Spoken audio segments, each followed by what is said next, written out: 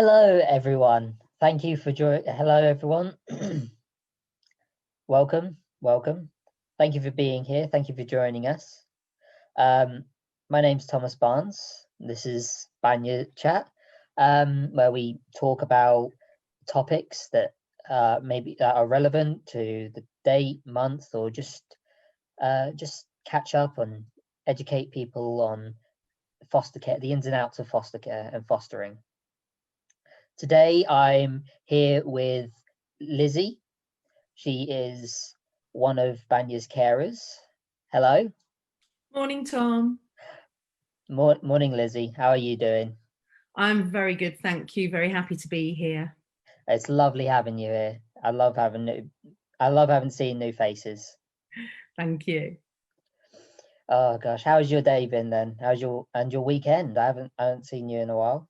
Oh, it was quite a busy weekend. Yes, but it was good. It was good. Well, I don't think this coming weekend is going to be quite as nice with all the rain on the way, but Oh, no more rain, really? yeah, fun indoor activities, Yeah, positivity. yeah, gotta keep the positives, haven't you? We do. I mean, that's mainly what today's going to be about, isn't it? Looking at the positives. It is. It is. Mm. We have to take the positive from everything in life, no matter what's thrown at us or what's happening. It's so important that we keep a positive outlook. Exactly. And when we can't, that we find other people to help us have a positive outlook.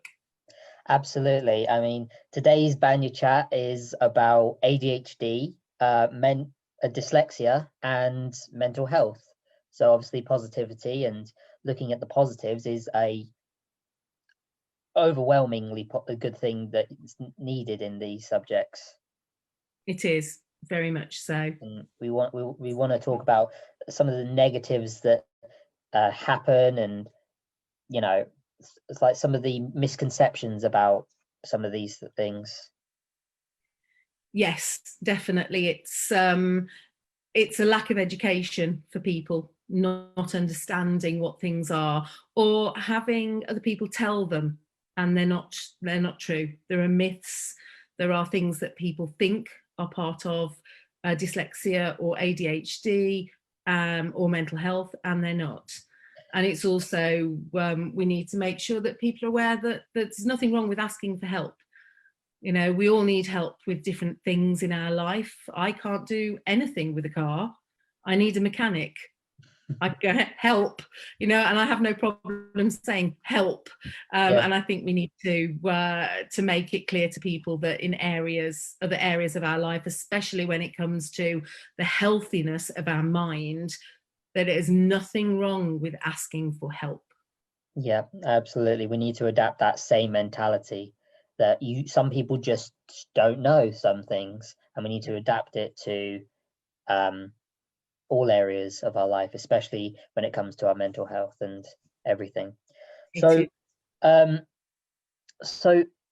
let's find out a bit about you. Would you like to introduce yourself to everyone and say what your role at Banya is? How are you part of Banya? Okay, hello and welcome everybody. It's great to be here with you all. So pleased that you've come to find out more about these issues. My name is Lizzie. I am a foster carer with Banya. I've been with Banya for 6 years. I have a child in my home for the last 5 years. I like to work long term with children, so I call her my daughter. I may mention her at some points, and she's asked me to call her my daughter. She calls me mom, her choice. So yes, I've been with Banya for quite a while now, and I've become involved in recruiting.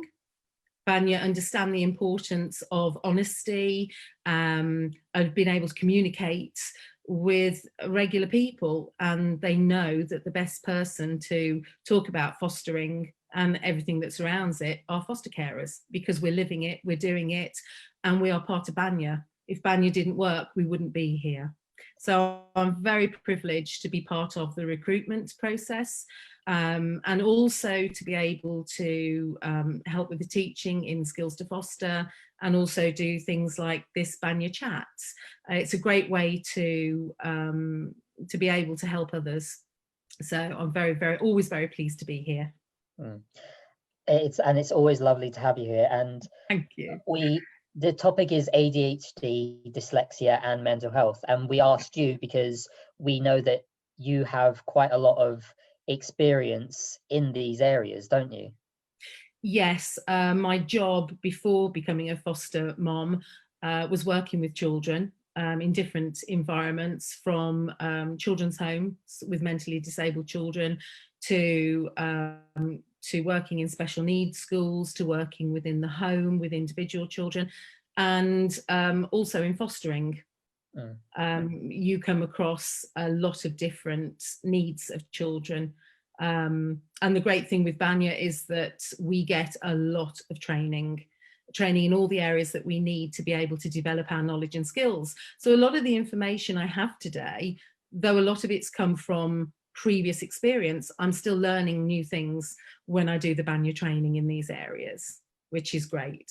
And the foster carers support each other. So when we're at the training, we're able to give each other insights if we understand more about one topic than another, and learn from each other, which is great. So let's dive into it, shall we? You obviously are very knowledgeable in these areas. So would you like, let's go through one by one. What is ADHD, dyslexia, and how does it affect mental health, or how is mental health a part of this?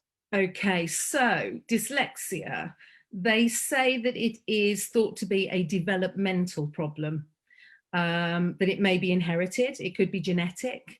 They can't prove that yet, because you look at generations before, education was different or lacking. So though I'll tell you personally, I am dyslexic. And we believe that my mom's dyslexic and my grandmother was dyslexic, all on the same side, on my maternal side. We can't prove it because my grandmother's schooling was never such that she had enough education and then progressed to learn more for us to be able to say her lack of ability to spell, her poor writing skills were down to dyslexia. So there's still a lot of investigation going on around the area of dyslexia. I personally like to explain it as I have a different way of learning.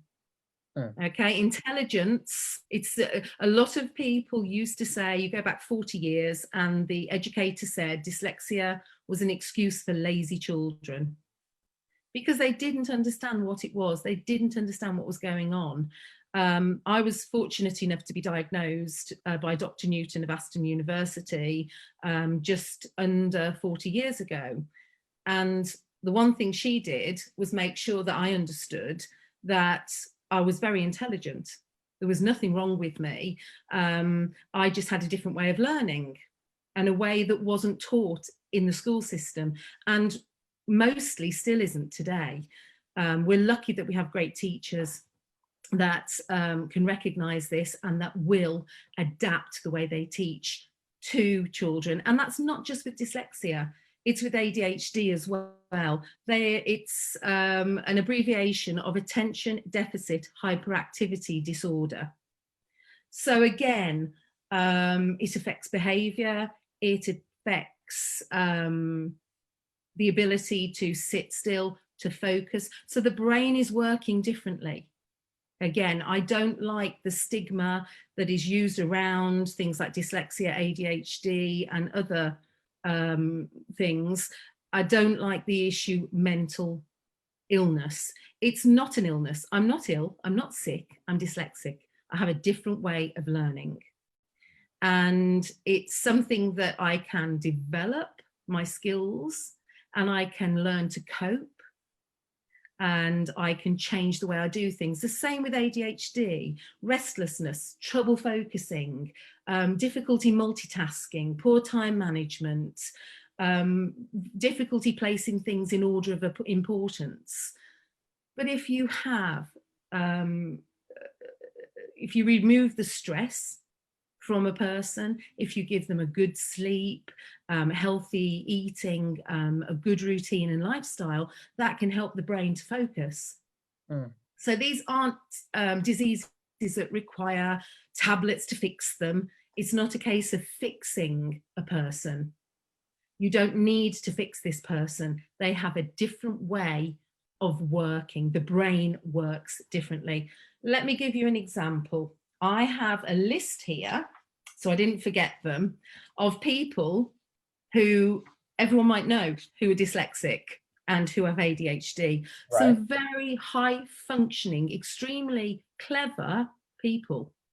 Dyslexia. We have 3 presidents of the United States. These men ran the biggest country in the world.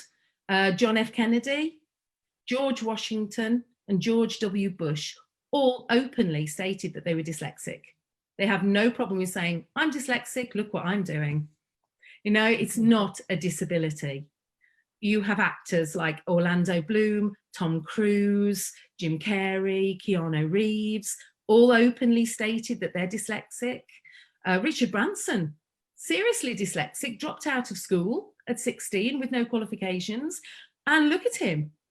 Look at what he's done. You know, this isn't a case of people who are stupid or the brain doesn't work. The brain works differently. You know, Albert Einstein. Wow. Yep. Walt Disney, look at the business he built. Leonardo da Vinci, an artist. Look at all these people. John Lennon, songwriter. Steven Spielberg. Now you can actually Google him and see him talking about dyslexia and how it's affected his life. And someone you might not know as well, a lady called Sally Gardner, who is an author and has won awards. You know, these are people that have learnt how to learn differently and have not just accomplished things in life, but have succeeded to an immensely high level. ADHD, again, you've got people like Ryan Gosling, who is an actor. You've got Adam Levine, who is the lead singer of Maroon 5. Dean Kamen, he's an inventor. Google him and you will be amazed at what he has invented. And he puts it down to his ADHD, his ability to think fast, to think in a different way, to look at things from a different perspective. So the things that we're dealing with here are not necessarily problems. You know, people look at dyslexia and ADHD, oh, poor you, you've got a child with this, you've got a child with that. No, go, yay, my child's an individual, my child thinks differently, my child has the ability to achieve so much because they can look at things from a different perspective. And I'm going to make sure that my child has the right teaching so that they can understand. I'll give you an example. At the age of 11, they were questioning what was going on with me because so we'll take, for example, the autumn term. I don't know when it was, but the first half of the autumn term, I had a topic I loved. We'd had an exam and I'd got 92% in my exam. Wow. The next half term, we'd done another topic. I got 6% in that exam. Oh. Yes. So you can understand why people would go, oh, lazy child. They worked hard with something they liked and then they couldn't be bothered. No, I didn't understand. I think if we help people to look at it from a dyslexia point of view in this way, and this is also vitally important for foster children, when you have missed some of your education, when you have missed a point of learning, there is a gap. You look at, you want to get from one side of the pond to the other and you have stepping stones. If there's a stepping stone missing, you can't get any further. You'll fall in the water. You're stuck at that place. And what's happening here is because of the way children are learning differently, they've not been taught in a way that they can understand that next stepping stone. So it might as well not be there. They can't get any further forward because they haven't got that next piece of information. It's the same with anything. You look at chemistry, chemical compositions, doing a chemistry experiment. If you haven't got all of the chemicals, you can't create that experiment. You need everything in place for that to occur. It's the same with learning. Yeah. And like you just like you were saying how this is important for children in foster care, especially because like going back to the mental health side of this, like, and like you can see like children that have come from these stressful situations, they they can't focus on school and Yeah, stuff, but and then because they can't focus and they're easily distracted because their brain just like it's so like it's struggling. yeah, um yeah. They're not dealing. People may think it's ADHD, but it's not. It's just that they haven't been in an environment where they've been able to relax Yeah, and yeah. focus on things. And I can say personally that I don't know if this is just my experience because Hmm. I came from a stressful environment growing up. I was put into care when I was 7, but I always seemed to excel in education because that was what I thought of as a sanctuary, a safety for me. Yeah, that was your safe place. That was your Exactly, coping mechanism. exactly. And And this, even when I moved into foster care, this carried on, and I yeah, kept that because that was what was encouraged for me. yeah, and that's a great point to bring to everybody, because when you're looking at mental health, and let's face it, especially at the moment with COVID, mental health is at the front of everything, and people are recognizing that what occurs in our life affects us, and Hmm. how we deal with it can cause us to have really good mental health or really bad mental health. I think the most important thing to state is, if you're struggling, always seek help. Talk to somebody. I said to you earlier, there's an old saying, a problem shared is a problem halved. When you take the stress in your brain outside your brain, it changes your perception of it.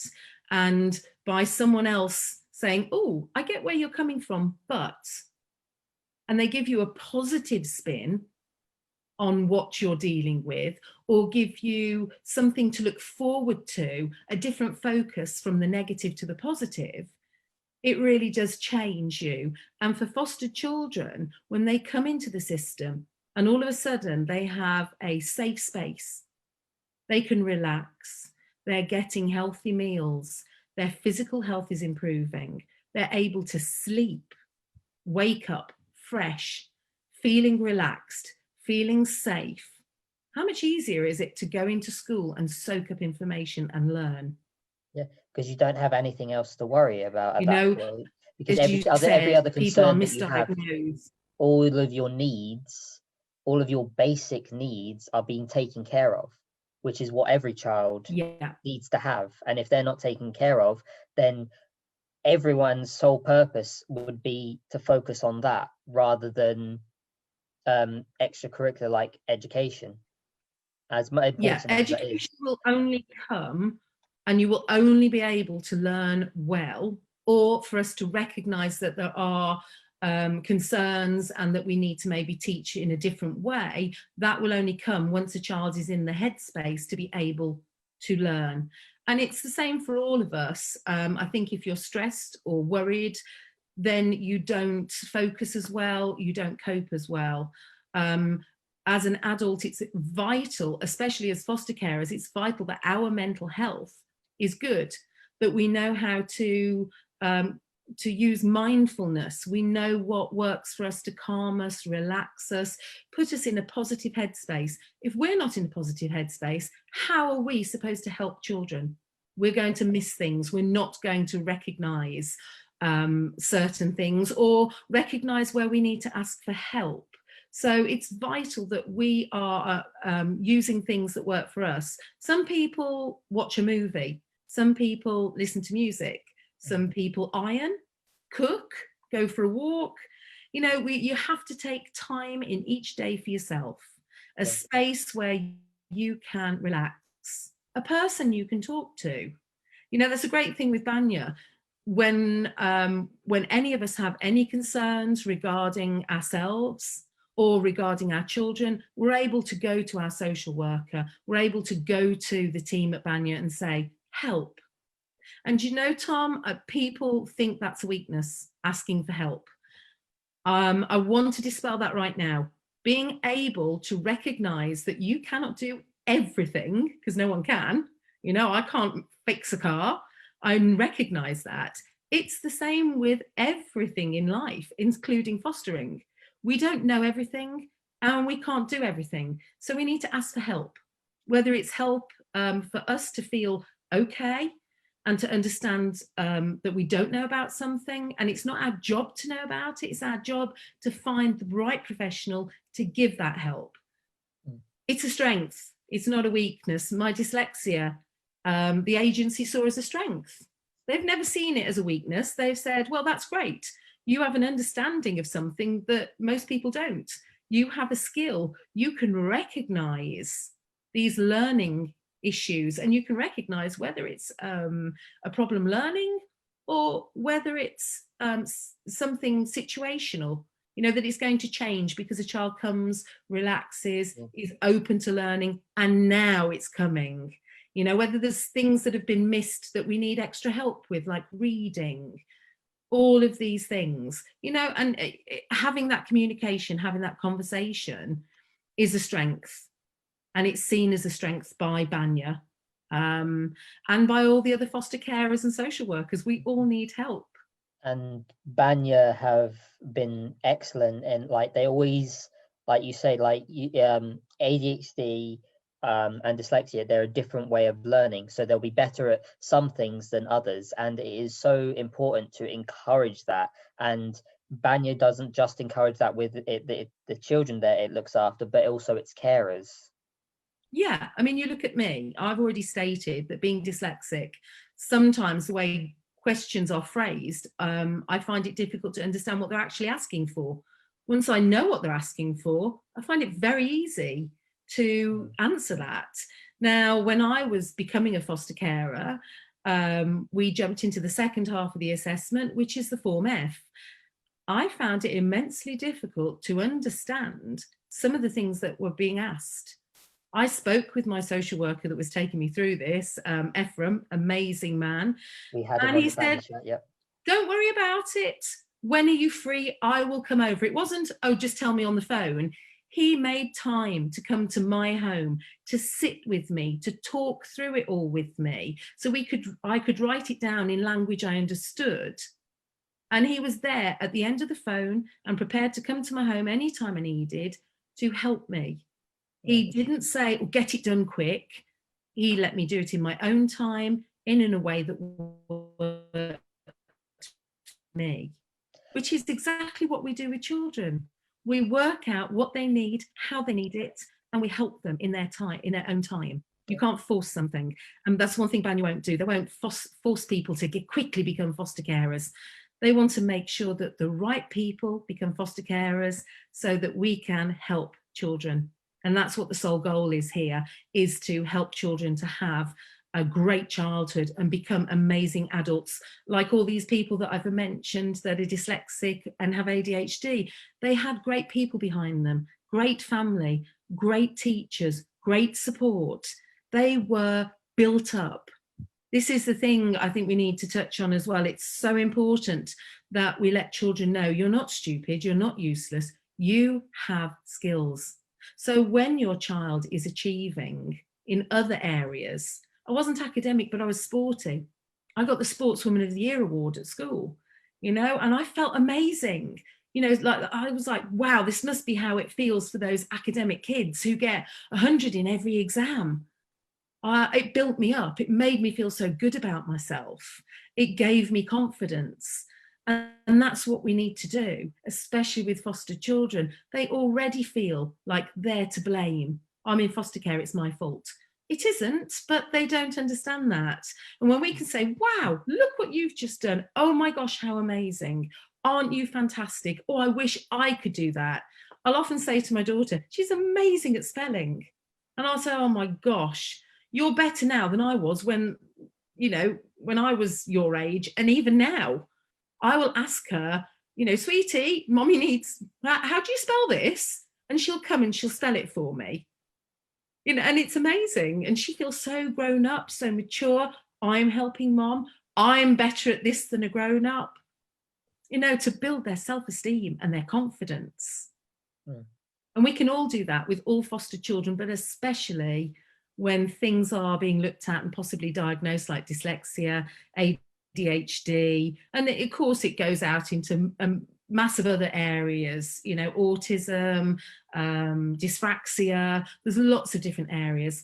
But if we can build our children up and let them know that actually you can overcome anything and you can achieve anything with the right love and support behind you. And that's what it's all about. And that's what Banya champions, foster carers who can do that, who can love and build and develop these amazing children that come into our care, that we're so privileged to get to look after. Oh, that's amazing. That's absolutely amazing. And I think you're absolutely right. Like, we just got to encourage the children to look at the positives of what they can do and encourage that and support them where they need it and help them where they're struggling and recognize that and encourage them. And that's what Banya do, to that. It supports its children, it supports its carers, it encourages its carers, and they're amazing. So thank you so much for joining me. It's been lovely having you. Thank you for having me. I love being able to help and support the agency and other foster carers and people who may be looking at this and thinking, could I be a foster carer? I'm just going to say, yes, you can. If you're looking at this, you're already thinking about it. If you have a space in your heart and a space in your home, you can be a foster carer. Watch some more of these and get in touch, please. We need you, especially now. Absolutely. Thank you so much. It's been lovely having you here. Thank you.